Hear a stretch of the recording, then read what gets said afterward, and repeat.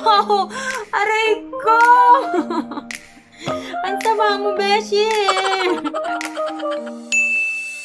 Trying to forget you. Hey Bear Fam! So today we will be unboxing this camera, the Canon EOS M6 for our vlogging. And so if you're excited to know how this works, please keep on watching. So para po sa mga first time po na pumunta po dito sa channel natin, I encourage you to click the subscribe button down below, and of course, huwag mo na rin kalimutan na i-click yung tiny bell button para lagi kang ma-notify every time I upload a video here on this channel. So yun na nga guys, i-open na nga natin ito. This is the Canon EOS M6, and kung napanood nyo na yung previous video guys, yun yung nag-unbox ako ng padala na naman ni na mama ko. So, this is from Canada. Kasi when I search for a camera, ito yung nagustuhan ko, M3 tsaka M6. Unfortunately, when I ordered the M3 at Kim Store, wala na daw silang stock, and then pinag-down payment ako for something na yung kukunin pa nilang stock, but wala na daw talaga sila makuha na stock. So, parang na-phase out na kasi ata siya, sabi din ni mama ko. Good thing, ni-refund naman nila sa akin yung payment. When I search online again for another camera na yung M3 pa din, Lazada is 26 or 27. So, sabi ko, medyo mahal siya. Malayo siya sa pagitan ng Kim Store, sa pricing ng Kim Store. So, parang namahalin ako. And then, when I saw the M6, almost 30,000. But actually guys, yung original price nito mga 50k, ganyan, 52,000, tas naging 30 plus thousand. And sa Lazada, the last time that I checked, it was 27 or 28,000. Pero ito guys, nabili ito nila mama ko sa Canada, and nung kinumpute ko parang 23 to 25,000, parang ganun yung range ng presyohan ng camera na to guys. So I'm so thankful because next month will be my birthday, and ito na daw yung regalo ng pamilya sa akin. So without any more dagdag and daldal, eto na, bubuksan na po natin siya. Ayan guys, so ito yung laman niya. So of course, dito sa taas meron po tayong mga manual. So yung mga manual, hindi ko talaga siya binabasa unless siguro may babasahin lang ako dito, like the Wi-Fi and Bluetooth connection, siguro kailangan nating basahin. So meron pa iba dito na mga kapapelan. Pag open natin na ganyan, ayan na po siya. Ilalapag ko lang siya guys ha. Una po dito is this is the charger. Gusto ko sana yung, alam niyo yung parang may cord, para kahit nasa malayo, ganun, pwede siyang isaksak. Ito kasi, kapag yung isasaksak mo siya sa wall, kung minsan kinakain na niya yung buong saksakin na ganyan, alam mo yun, sa kanya na yung buong space. So, medyo mas maganda sana yung may extension, tas yun yung isasaksak mo. Pero anyway, sa extension na lang natin siya isaksak para mas hindi niya kunin yung buong space para makapagsaksak pa ng isa pa sa wall. Ayan. So, ganito siya. Dito sa gilid, nakikita ko naka-plastic pa eh. Na-excite ako. Ayan. Eto. This is the battery naman, guys. Ang liit. So, mas maliit siya. Sa bagay, maliit din naman kasi yung EOS M6. 1040 mAh lang pala siya. So, mabilis siyang malobat. So, kailangan natin ng additional na battery. Dito sa kabila naman, OMG! This is the lens! Ito guys, yung nagustuhan ko kasi sa Canon, sa M6.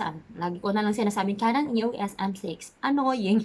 Sa M6 guys, kasi interchangeable lenses siya. So, for example, you want a wide-angled na lens. Pero ang alam ko parang wide-angled na rin naman siya. Pero hindi siya ganun ka-wide. So, kung gusto nyo pang palitan, so at least you have the freedom to change, unlike sa G7X na popular siya na vlogging camera.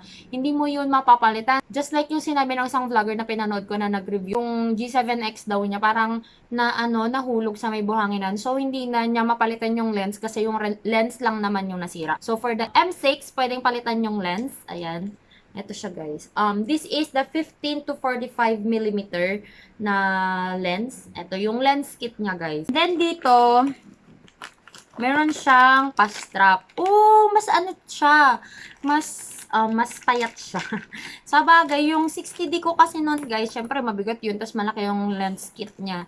So, mas mabigat, kailangan niya ng mas wider or mas malapad na ganito. Ito kasi parang lang siya, parang sa mga point and shoot talaga siya, maliit lang siya. So, okay na rin. Pero, there's a possibility na hindi ito yung gagamitin ko. Kasi, pag mag-vlog ka, masyadong mahaba to. So, mas may chance pa na sa pagiging clumsy ko, guys, mas may chance pa na baka maganon ko to, mahulog pa yung camera ko. So, baka bibilhan ko na lang siya nung parang sa wrist para pag nag-vlog ka, ganun lang. And then, eto na siya, guys! Yung camera natin. Ito, this is the body. Alam nyo ba guys, may mga nakita pa ako na yung body lang ha. Yung body lang ng, ng M6 is almost 20,000. Yun. So, pag-ingatan natin ito. Ano ba, besh? Ayaw mo atang paggamit. Sumasabit kasi siya guys, dun sa lagayan ng strap niya. So, this is the M6. Ayan siya, guys. So, ito yung lagay ng lens niya. And isa pang nagustuhan ko dito is this one. Meron siyang pag-grip na ganyan. So, sakto siya kapag nagva-vlog ka na nakaharap. Yun nga lang kapag pag ganito, ganyan ka na maghawak. Di mo na mahahawakan to. And ito kasi, guys, alam mo yung parang rubberized. Ganun, yung hindi siya madulas. So, gustong-gusto ko siya. Ayan, ito yung grip niya. So, parang mas comfortable siya na gamitin. And then, isa pa na nagustuhan ko dito, guys, just like the G7X, which is the most popular na vlogging camera, meron din siyang flip screen like that. Ayan. And of course, nagaganyan pa siya, guys. So, kung anong angle, like for example, pataas ka pwedeng hindi ka gaganon, ikaganyan mo lang yung camera mo and ayan, less hassle, diba? Isa pa na nagustuhan ko dito na wala sa G7X naman, guys, is meron siyang mic input. Ayan. So, pwede siyang lagyan ng external mic dito, guys. So, yun nga lang kasi yung problema natin, dito yung sa may hot shoe niya, dito sa taas. So, dito mo ilalagay yung microphone, which is pag nilagay mo yung microphone, hindi mo na siya ma-open ng todo. Parang ganyan na lang.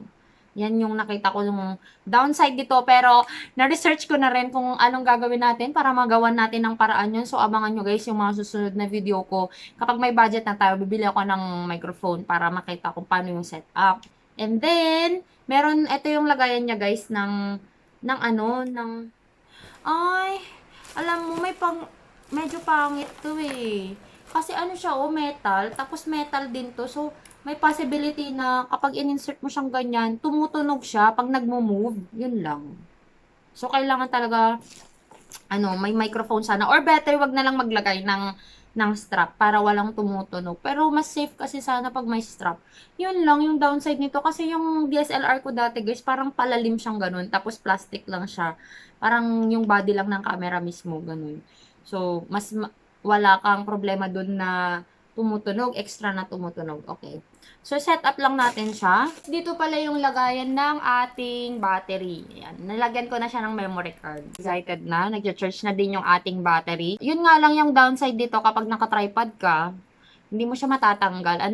Unlike sa iba na dito sa side yung kanilang battery. Pwede mo lang siyang iganon. Ito sa ilalim talaga. So, kung naka-tripod ka, wala. Hindi mo mapapalitan. You need to remove it from your tripod. Dapat to alam kung mag-join sila eh. Ayun! Turn on natin. Okay, to fully use the camera, sabi dito guys, to fully use the camera daw, push and hold the switch in. Yung parang may triangle kasi dito. Ayan. Yan, dapat. May nakalagay dyan na parang triangle. Dapat daw i-push ko siyang ganun. Oh. Tapos, i-adjust. Okay, yan. Pwede na siya. So, ganyan na guys yung nakalagay dyan. No? Ito na guys, yung kanyang brightness or yung ISO niya is parang ayan, i-zero natin. So, ito na yung kapag naka-zero siya, tapos nasa harap siya ng ring light. Ayan siya guys. Yung ring light ko guys is yung pinaka-dim. O yan, pinaka-dim. Di ko alam saan ako titingin na ngayon, kung dun sa main camera natin o dito sa vlogging camera natin. Ayan, so ang liwanag niyo, besh. I-compare naman natin sa tabi ng ng Huawei Nova 3i. Walang-wala talaga, syempre. Kasi iba yung phone camera sa natin, sa camera talaga mismo. Ayan, so, naka-zoom in ba ako? Ayan. Ito yung, kapag in-extend ko na yung arms ko, guys, ha. Yung super extend, ayan. Ganyan siya. Medyo nakakangawit siya.